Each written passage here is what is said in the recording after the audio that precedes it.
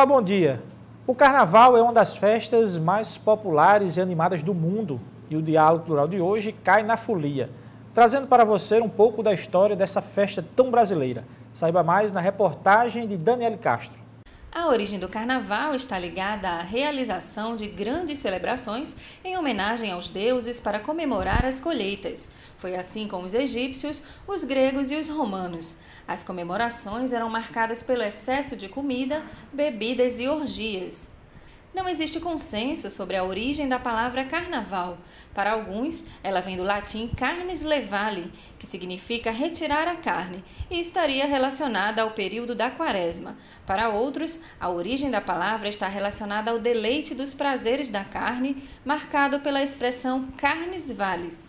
O fato é que se tratava de uma festa pagã e, por isso, a partir do século VIII, a Igreja Católica instituiu a Quaresma, período de 40 dias após o Carnaval, marcado por penitências e privações, como a abstinência de carne vermelha. Daí o costume de comer peixe nesse período.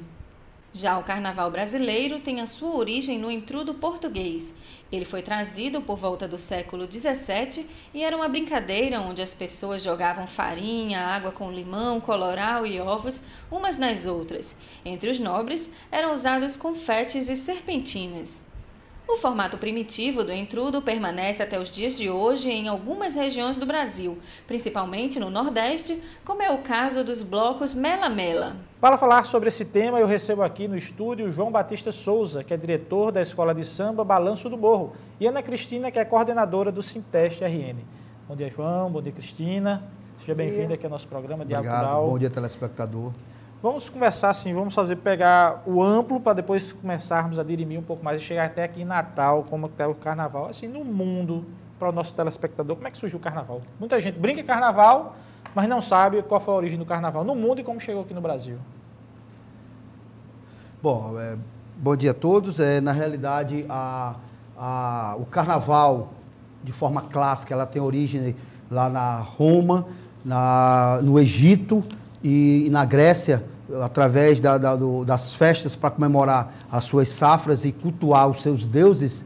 Mas eu quero dizer a todos que o Carnaval ele está ligado intimamente àquela felicidade do povo. Então, quando se fazia as festas de Ísis e de Osíris no Egito, se estava ali extravasando todo o momento de felicidade do povo egípcio. Do mesmo jeito para as festas de Dionísio na Grécia e, com certeza, para as festas em homenagem ao deus Baco em Roma. E aí eu tenho uma teoria que vai um pouco mais. Para quem quiser entender um pouco mais sobre a origem do Carnaval, tem uma escola de samba que foi premiada, uma escola de samba maravilhosa que trouxe isso. Era a Festa Profana da União da Ilha do Governador de 78. Foi muito bonito aquele desfile. E quem assistiu aquela ópera teve a oportunidade de saber o que eu estou falando. Né? Esses deuses, essa produção agrícola para comemorar o vinho, a uva, o trigo. Então eles faziam as grandes festas. E nessas festas praticavam até orgia. Então eu vou um pouco mais. Se eu fosse fazer aquele enredo, eu fazia diferente. Eu ia buscar nas cavernas a felicidade do homem primitivo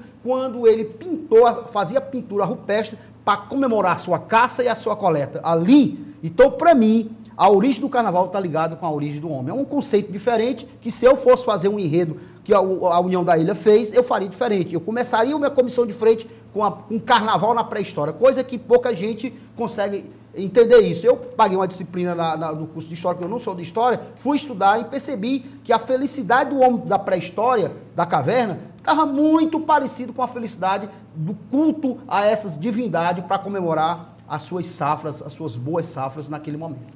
Né? Já no Carnaval do Brasil, chegou por volta de 1642, quando os portugueses aqui vieram, né, e trouxeram o intrudo.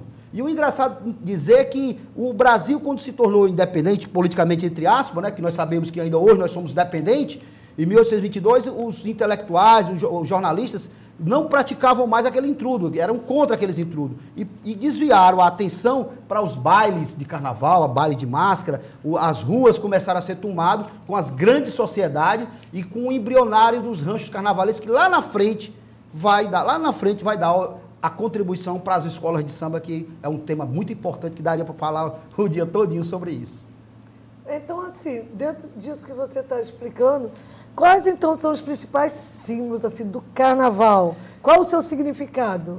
Bom, eu tenho aí vários símbolos, mas um dos que eu acho mais importante é a máscara do carnaval, porque foi lá em Veneza que os nobres escondiam os seus rostos, né? Para esconder o seu rosto, para ir para a rua, ou mesmo não dizer quem é. Então, esses bailes essas fantasias, essas máscaras de carnaval, é um símbolo muito poderoso do carnaval. E ele chegou a Portugal e, consequentemente, o Brasil. Um outro símbolo importante é o confete serpentino. A gente não deixa de falar de carnaval sem ter o confete serpentina, que é um que dá, além de dar o brilho, também dá um ar de felicidade muito grande aos bailes, às festas carnavalescas.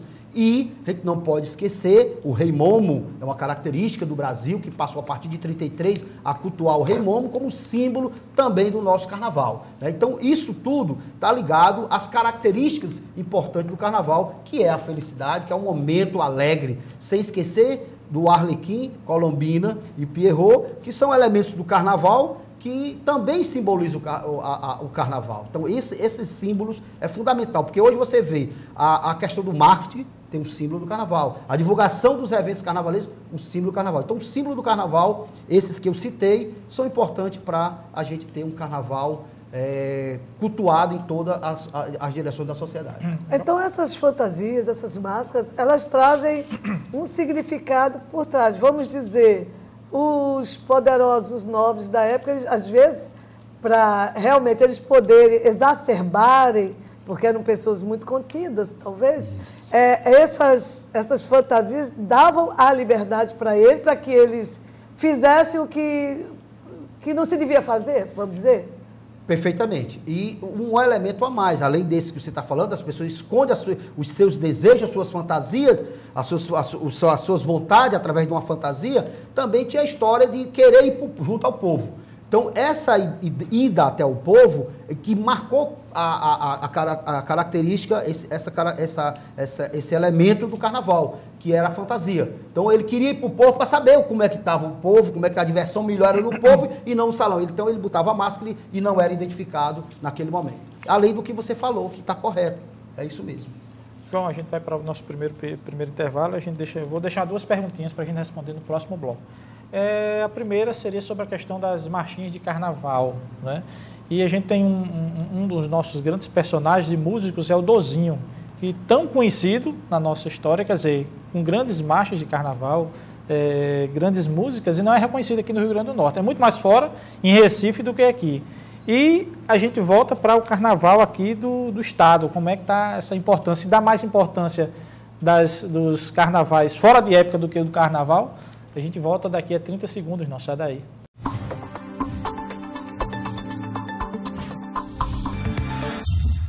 Voltamos com o programa Diálogo Cultural de hoje, que conversa sobre a história do carnaval, com a presença de João Batista Souza, que é diretor da Escola de Samba Balanço do Morro, e com Ana Cristina, que é coordenadora do Sinteste RN.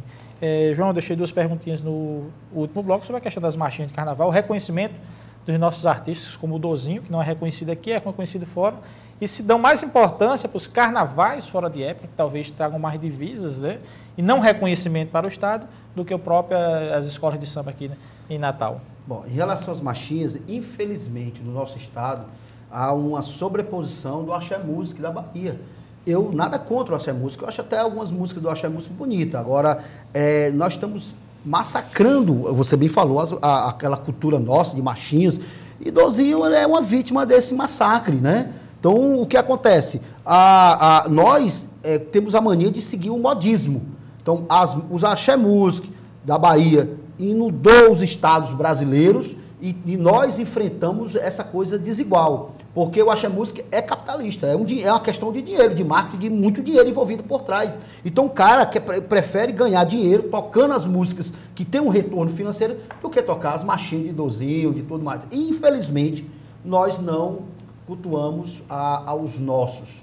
As pessoas de fora reconhecem os nossos, e o Dozinho, eu acho que é o exemplo disso. Pelé também afirmou isso, que foi na Argentina, foi bem mais tratado que o próprio Brasil. Então, isso mostra que nós, brasileiros, precisamos repensar os nossos valores, E no caso de Dozinho, é uma história típica do que nós fazemos. E o carnaval fora de época tem mais visibilidade, mais mídia. A prefeitura investe mais do que no próprio carnaval nosso? Muito mais. O exemplo é o Carnatal. O Carnatal é um carnaval fora de época, que é um dos poucos que estava resistindo no Brasil inteiro. Estão acabando, graças a uma política de necessidade de se ver a cultura popular de verdade. E o Carnatal aqui resiste. O do Rio Grande do Norte resiste. E é muito dinheiro que o poder público joga no Carnatal em detrimento da nossa cultura popular. O exemplo é a escola de samba, que nós estamos recebendo uma mixaria, um dinheirozinho ralo mesmo, para fazer um desfile que é necessário muito dinheiro, enquanto que as empresas, né, desses carnavais fora de época têm um subsídio aí da prefeitura. Batista, então me explica uma coisa. Você, que é uma pessoa que a gente conhece há longas datas, sabe que você é envolvido em movimentos sociais, sempre gostou de estar no meio do povo. Me diz, e qual é esse novo desafio de dirigir uma escola de samba? O que é que você conta pra gente? Bom, as escolas de samba, para mim, é um desafio que eu não enfrentei no movimento social, no movimento popular, porque as escolas de samba, como não vêm recursos, o que acontece? Nós vamos ter que dar o nosso jeito de brasileiro para poder contornar a situação. E tem mais, ao não ter estrutura, ao não ser protegido pelo poder público, nós estamos diante de um impasse. Hoje nós trazemos os grupos de dança para dentro da escola de samba, fazendo como ala. Logicamente, isso é importante, porque ela dá mais coesão ao desfile, e é fundamental que isso não saia. O problema é que nós temos um custo em trazer esses grupos de dança, essas quadrilhas. E esse custo vai ficar cada vez complicado no momento em que o governo o poder público, o Estado não reconhece isso como uma atividade cultural do povo. O que vai ter de desafio é trazer o povo, Cristina, trazer as pessoas para fazer o carnaval de escola de samba como outrora. Sem dinheiro, porque nós vamos ter que construir uma alternativa. A alternativa, eu não vejo outra, senão a gente trazer a população que gosta de samba, que gosta de carnaval, para dentro das escolas de samba. E aí nós vamos dar resposta ao poder público. Nós vamos exigir do poder público, no momento que o povo estiver dentro da escola de samba, que ele nos trate igual como realmente merecemos ter. As escolas de samba surgiu dos negros, então, da população, da defesa do samba, e nós queremos o respeito pelo poder público para que a gente possa fazer uma ópera, porque a escola de samba é uma ópera, né? E aí a gente precisa prestigiar o povo fazendo um grande carnaval. Cultura pura, né? Cultura pura. Quantas escolas de samba tem aqui em Natal? Quantas vão desfilar esse ano? E digamos assim, foi um grande prejuízo não desfilar no ano passado? Eu acredito que se nós não desfilássemos esse ano, ficaria muito complicado. Nós manteríamos uma distância muito grande com o povo. Então, basicamente, cairia no esquecimento. Então, para mim, esse desfile de 2014 é a resposta para que a escola de samba possa alçar voos altos. Para mim, apesar da dificuldade, nós temos aí 8 escolas do grupo A, que é aquela divisão especial do Rio de Janeiro. Aqui seria o grupo A, seriam 8 escolas. Não sei se uma delas está com dificuldade, se vai sair, mas basicamente seriam 8 escolas de samba a sair esse ano. E aí, aquela história, nós vamos ter que tirar leite de pedra, infelizmente. Né? Passamos livro de ouro, que inclusive nós pedimos a colaboração de todos, porque não é fácil fazer carnaval de escola de samba, quando não se tem. A premiação do ano retrasado foi 26 mil, aí baixou para 9 mil reais, é uma diferença enorme. A ajuda financeira, muito pouco, 15 mil reais, não dá para compor nem os carros alegóricos. Então a gente precisa aí ter a criatividade. Dizer o que Fernando Pamplona, um dos grandes revolucionários da Escola de Samba do Rio de Janeiro, disse: vamos tirar da cabeça o que o bolso não tem, mas isso tem um limite. A gente, infelizmente, precisa encontrar, como a Cristina falou, alternativas para poder aceitar esses novos desafios colocados para a escola. Eu imagino que aqui em Natal, os componentes das escolas de samba são, digamos assim, passam por dificuldades financeiras também. Então, assim, fica difícil eles que amam o samba, que amam o carnaval, deixar de comprar um pão porque tem que comprar uma fantasia, ajudar a montar a fantasia. Isso deve ser um sofrimento para a direção de escola. E o mais grave, Cristina, é que nós convido até a todos a conhecer o nosso barracão que fica ali na Ribeira, no largo ali onde tem a rodoviária velha, para vocês verem um pouco da nossa dificuldade de montar o carnaval. o pessoal dorme lá, as dificuldades com a alimentação é muito grande, como você bem falou, o pão, a alimentação não cai do céu. Então nós temos que desdobrar, a gente leva lá uma contribuição, as pessoas levam lá a contribuição, eles mesmo, depois do trabalho, vão para dentro do barracão. Então, para mim, o pessoal que trabalha no barracão das escolas de samba são os heróis. Esses sim, que são as pessoas responsáveis de colocar a escola de samba na rua. Porque sem ele, nós não vamos conseguir fazer a escola com tanta dificuldade, Cristina, colocada pelo poder público nesse momento de 2014 aqui em Natal. João Batista, como é a interação entre as diretorias de escola de samba? É importante, nesse momento, digamos que uma dificuldade maior que passa todas as escolas de samba, não só a sua, mas todas, uma união das diretorias em busca de um carnaval melhor, em busca de um projeto melhor para as escolas de samba? Sem dúvida. Hoje nós temos a Liga Independente das Escolas... A STIM, a Associação das Escolas de Samba e Tribo de Índio, a STIM, ela tem dificuldade. Inclusive, esse ano, a Prefeitura, a FUNCART, negociou direto com as escolas de samba. Então, isso é ruim, por um lado, né? Mas para alguns dirigentes o dinheiro vem direto para a escola de samba. Mas você está correto, eu acho que a STIM ela precisa ser reestruturada, as escolas de samba precisam ter essa cumplicidade para lutar contra o problema da estrutura que nós não temos e, acima de tudo, o reconhecimento do poder público que nós não temos. Então, a Associação das Escolas de Samba ela precisa ser redirecionada no sentido de que a gente tenha projetos para que a gente tenha uma liberdade em relação ao dinheiro do poder público que não está vindo.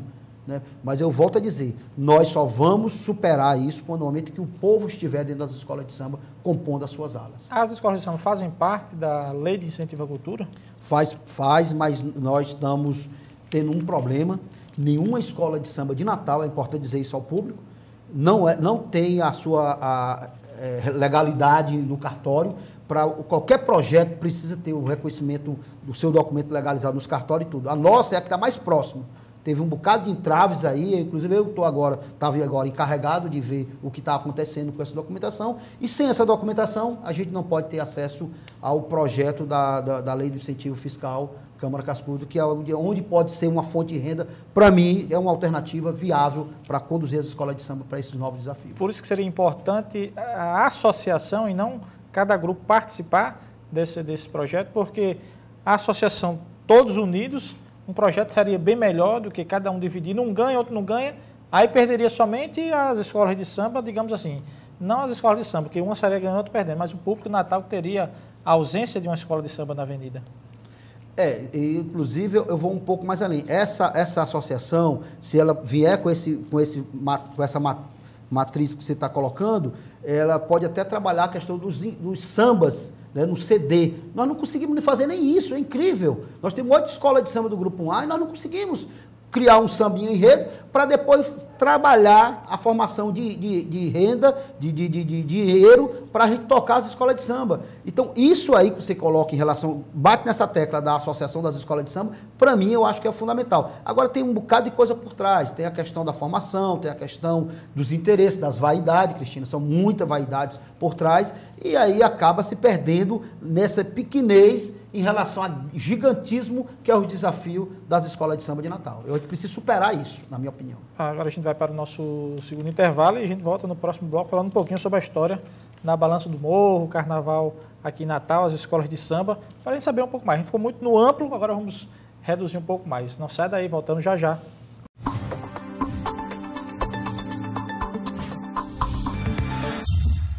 Estamos de volta com o programa Diálogo Plural de hoje, que conversa sobre a história do Carnaval, com a presença do diretor da Escola de Samba Balanço do Morro, João Batista, e com a dirigente do Sinteste RN, Ana Cristina. Vamos lá, Ana Cristina, uma perguntinha aí para o João.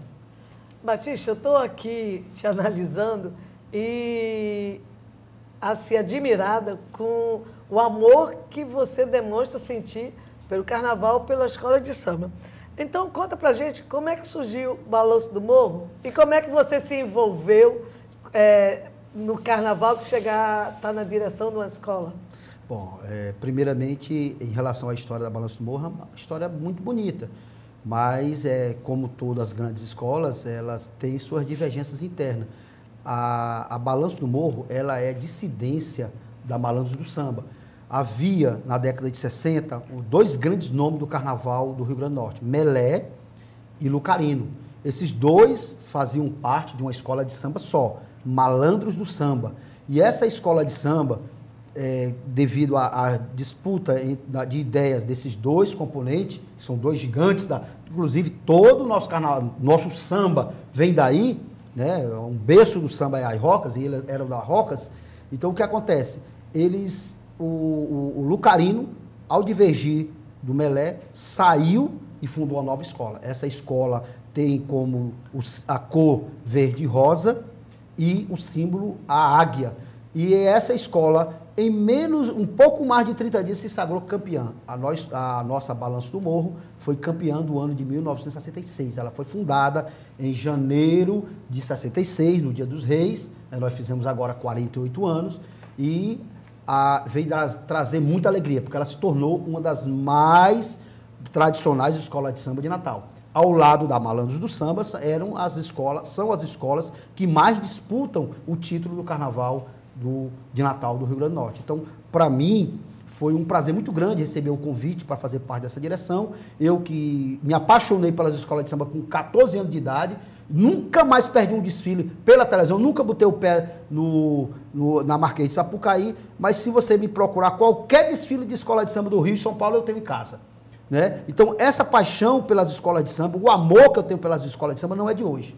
Eu tenho todos os sambas enredo, desde os 14 anos até hoje, quer seja escrito, quer seja nos vinis, quer seja nos CDs. Então, para mim, né, foi assim uma coisa que eu queria botar em prática, porque eu tinha muita teoria, mas eu não queria morrer sem botar em prática os meus conhecimentos. Mas me entristece quando eu chego dentro de uma escola de samba e a estrutura da escola de samba não me permite alçar voos mais altos. Eu queria fazer um enredo completamente diferente do que é colocado aí, e eu não posso aceitar esse desafio no momento, porque a estrutura do Carnaval de Natal não me permite. Talvez se fosse no Rio de Janeiro, a gente tivesse muitas novidades. Eu gosto de ousar.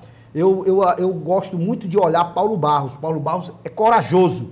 Eu acho que é isso que fez Joãozinho 30 crescer como carnavalesco. É assim que o Paulo Barros está se destacando como carnavalesco. Ousadia. Pode dar tudo errado, mas também pode trazer modificações profundas no carnaval, como foi o caso de Joãozinho 30 e agora com o Paulo Barros. E o samba enredo desse ano é um segredo ainda? Não pode ser divulgado? Não, já é público. E como é que estão os preparativos da escola de samba? O enredo nosso, ele se baseia num documentário de Cláudio Coutinho, Eduardo Coutinho, que foi sobre Teodorico Bezerra. Teodorico Bezerra foi um coronel aqui do nosso sertão, né, daqui de Santa Cruz, que foi feito um documentário acerca dele, né? Um documentário de Eduardo Coutinho, foi exibido na Rede Globo em 78, pelo Sérgio Chapelin, e nós fomos buscar, porque é uma figura bastante folclórica, as pessoas veem só o lado do coronel e esquece o elemento folclórico do documentário em si. Quem tiver a oportunidade de assistir vai ver como o cara é extremamente folclórico. Você não consegue ter raiva desse coronel, porque ele chegava lá e colocava as leis que regia a sua fazenda como se fosse um feudo. É bem interessante o documentário. E nós fomos buscar nesse documentário o ponto de partida para o nosso enredo esse ano. A escola ela está se arrumando direitinho, nós vamos fazer um carnaval procurando o tricampeonato e as pessoas envolvidas no carnaval estão dando o melhor de si e nós achamos que seremos um tricampeão com o esforço e a dedicação desses heróis que estão lá no barracão construindo os carros alegóricos e as fantasias para o carnaval de 2014. Diz uma coisa aqui para a gente, para os telespectadores. Assim, o carnaval surgiu faz tempão, com os intrudos, tal. E aí ele teve que se reinventar para se manter, né? E a gente, pelo que você está dizendo, a história que você contou aqui do carnaval, aqui deve ser a história do Brasil todo. 1000 dificuldades, falta de incentivo financeiro, o próprio povo passou a ser elitizado. E no final, é possível dizer que esse carnaval ainda tem futuro no Brasil? O carnaval do povo tem futuro no Brasil? Eu não só apenas acredito, como eu quero ser um elemento ativo dessa modificação. Eu gosto de olhar a história para mim pensar no futuro. E eu me lembro, quando eu comecei a estudar, eu vi as fotos dos primeiros negros que saíam desfilando. Era um grupo de 60 pessoas, negros na sua grande maioria, tocando samba e cantando samba. Com o advento, Cristina, do jornal Mundo Esportivo, que fez o primeiro desfile, eles começaram a se preocupar com a melhoria daquilo ali. E o brasileiro é muito criativo. Foi buscar no rancho carnavalesco comissão de frente, os carros alegóricos, todos esses elementos dos ranchos vieram para as escolas de samba. E com o gigantismo das escolas de samba, infelizmente, o dinheiro veio para as escolas de samba e promoveu o seu gigantismo, ele se tornou um espetáculo hollywoodiano. Hoje eu não tenho dúvida. É um espetáculo hollywoodiano que faz encher de lágrimas os olhos que vão estar na Sapucaí. Porque é belo os desfiles da escola de samba. E eu vou aprofundar um pouco mais isso. Eu queria um dia fazer uma ópera de Wagner da Avenida. As pessoas não pensam nisso, mas é uma possibilidade. Eu trabalho com escola de samba como ópera. Por que não reproduzir nosso Guarani em forma de ópera na Avenida? É um desafio, Cristina. É aquela história de estar se reinventando. O nosso carnaval brasileiro, Cristina, é o único do mundo que sofreu transformações. Você vai lá em Nice, vai em Florença, vai em qualquer cidade do mundo que tenha carnaval de antigamente, vai ver que é do mesmo jeito. O nosso não. O nosso sofreu profundas transformações e continua sofrendo. Aquelas coisas que você vê na Avenida do Rio de Janeiro, que eu quero fazer aqui, um dia, abrir ala, botar bateria em cima do carro alegórico, aparentemente é uma grande besteira. Mas quem está lá, você vê uma diferença que enche os olhos de tanta coisas bonitas que a gente vê na escola. Então, como eu vejo escola de samba como ópera, eu vejo a reinvenção a partir desse ponto de vista, de arte. Para mim é um conjunto de arte que está ali na avenida. E essa arte pode evoluir sim, Cristina. Eu tenho esperança disso. João Batista, que é diretor da Escola de Samba Balanço do Bom, obrigado pela sua presença aqui no... Eu que agradeço a oportunidade, porque esse espaço que a gente tem que divulgar as escolas de samba na cidade de Natal, e principalmente para os meus colegas, nossos colegas, funcionários da Universidade Federal do Rio Grande do Norte, Ana Cristina, obrigado aqui também pela sua presença. Obrigada. Aprendi muito hoje. Se você quiser mais informações sobre o Diálogo Plural, acompanhe as nossas atualizações no Twitter, que é o @SintesteRN. No nosso site, que é o www.sintesterrn.org.br, ou na nossa página do Facebook, que é o facebook.com/SintesteRN. Até o próximo sábado.